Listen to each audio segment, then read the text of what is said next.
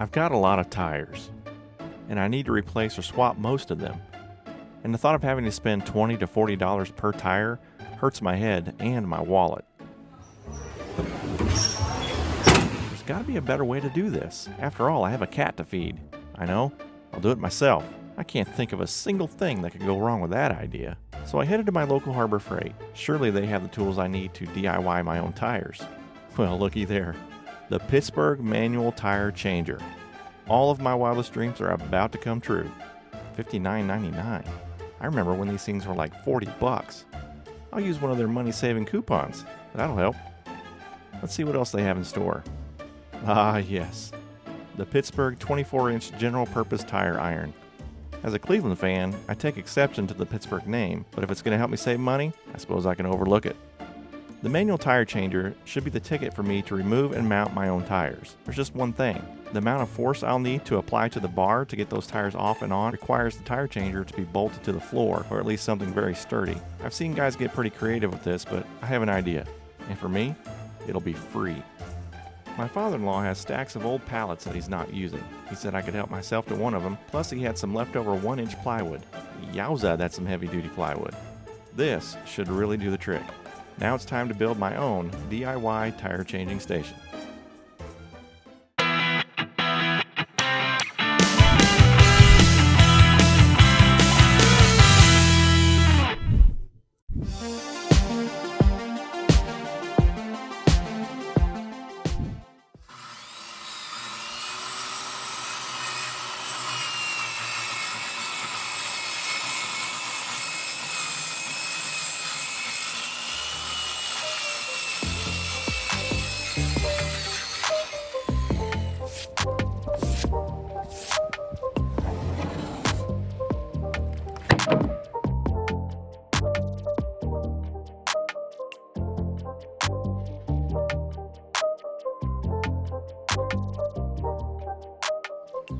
This thing is now incredibly heavy.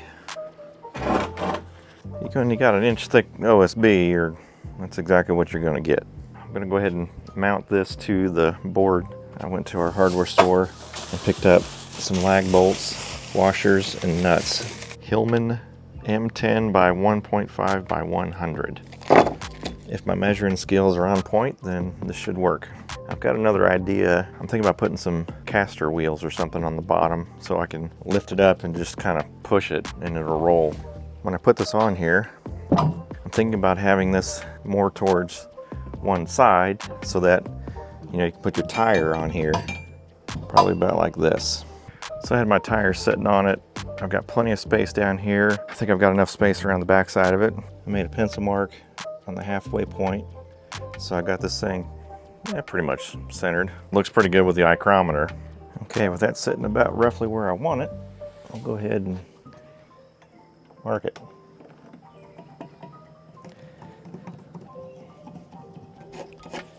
Sure. I'm gonna get a drill bit that's roughly the size of this bolt. Pretty sure it's gonna be the 3/8. Yeah, that should do. That bolt is just a hair too long because it's actually hitting the board underneath. I'll show you in a minute. It should make more sense.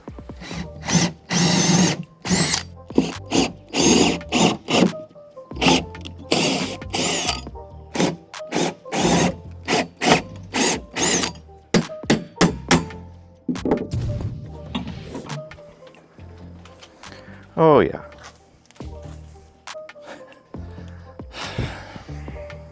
No, not really. Obviously that's fine and that's fine, but that ain't. That's not looking too hot either. Goodness sakes. I used my drill and kind of notched out a little bit of the wood. Hopefully the washer and the nut will fit around that wood. Only one way to find out. Close enough to nail it. All right, well, I guess that's about as good as I'm gonna get it. Sure. We'll run with that.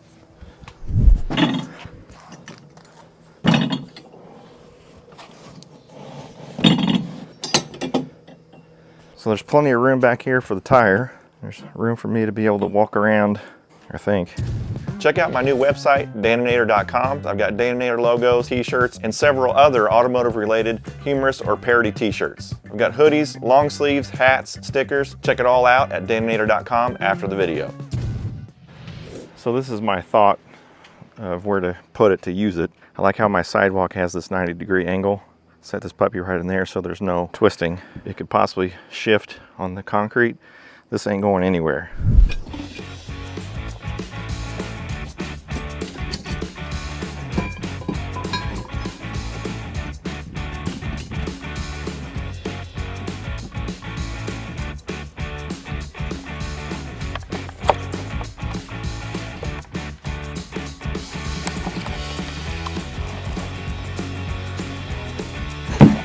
There we go.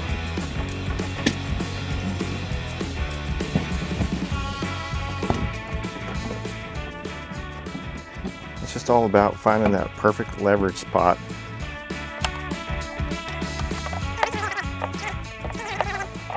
The last thing I want to do is cram down on it when the physics aren't right.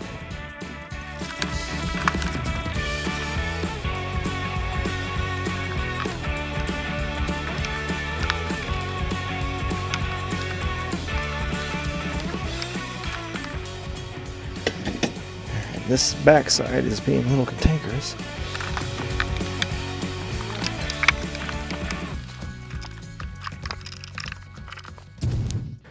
Okay, I've got that stud through one of the lug nut holes. I line this up with that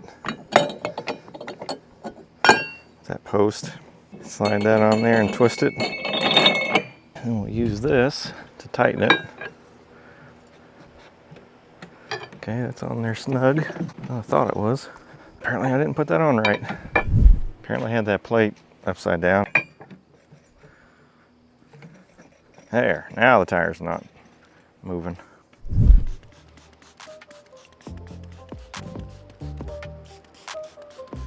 Using this method is probably best for steel tires because I don't see how in the world you can use these tools and not booger up your rim.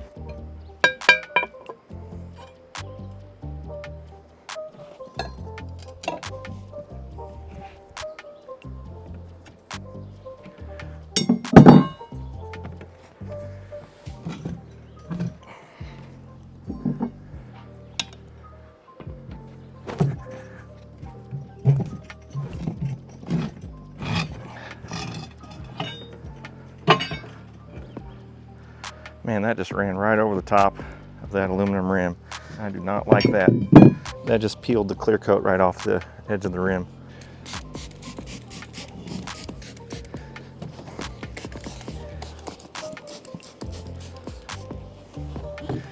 Now we have to do it again.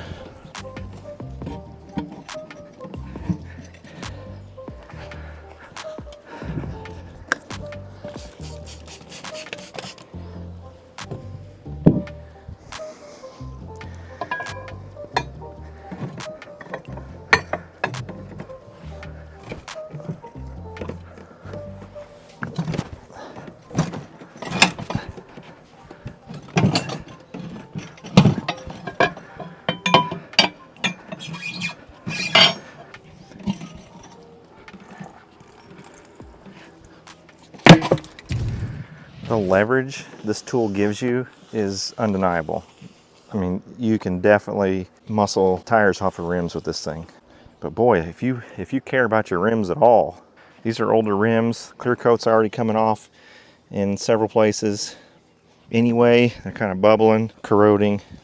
I mean, it is what it is with these. Yeah, I've got another set of wheels that I want to put some tires on, and I really don't want to booger those up. I know they make some attachments that are more of a duckbill style. Gets off of your rim, you're not dragging an iron bar across your wheel. So I'm gonna look into that. They're all fine and good if you got steel wheels or wheels you really don't care about. This thing is fantastic. Save you a lot of money instead of going to a tire shop and spending $100.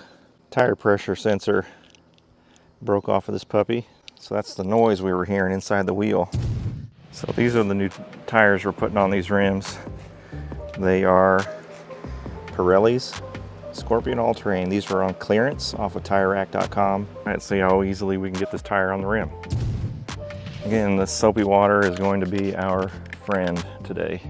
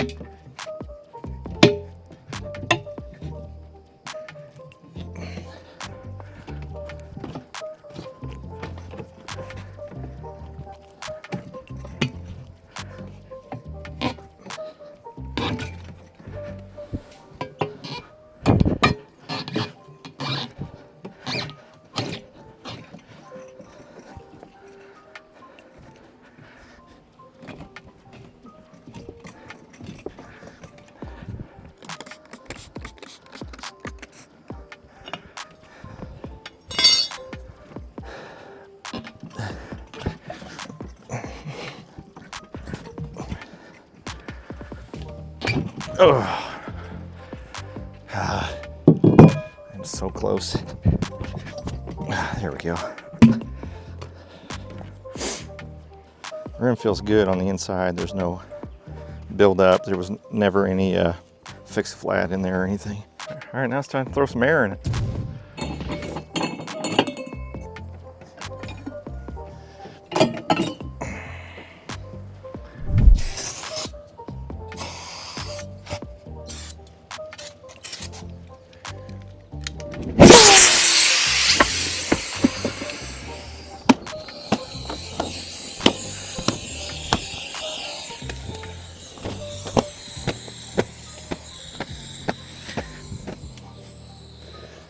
There we go.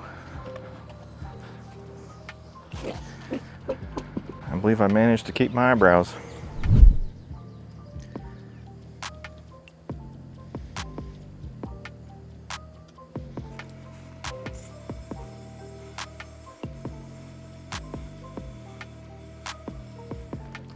Okay, I've got this inflated to 38 pounds. It says a maximum of 50. We'll just run 38. If we go to towing anything, which we really won't be, but if we were to go to tow with something, we'd probably inflate it to 45-ish. Clean this up a little bit. These things have tire pressure sensors, but with that one being broken, I just put in a replacement, standard valve stem.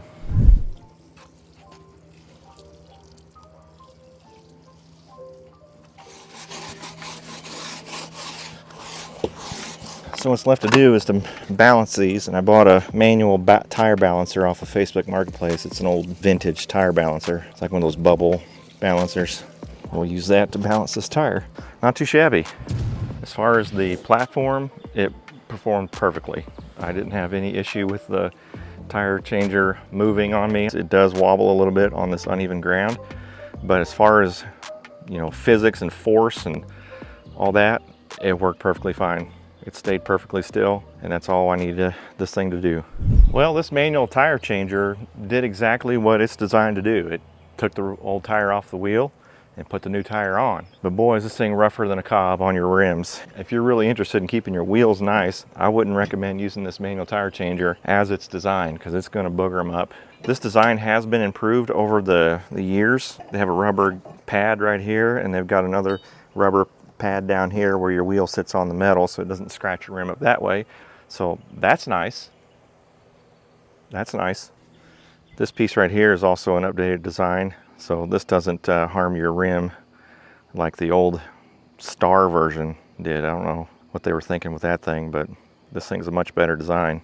As far as the bead breaker goes, I don't know if this is stiffer steel than the previous ones or not, but I know these have a tendency to warp when you're really pushing down on it, so I was extra careful. You really have to be mindful of the geometry and the physics of pushing. You can't just really slide it in there and just mash on it. You really have to watch what you're doing, or else you're going to put so much force you will break it. Something to think about.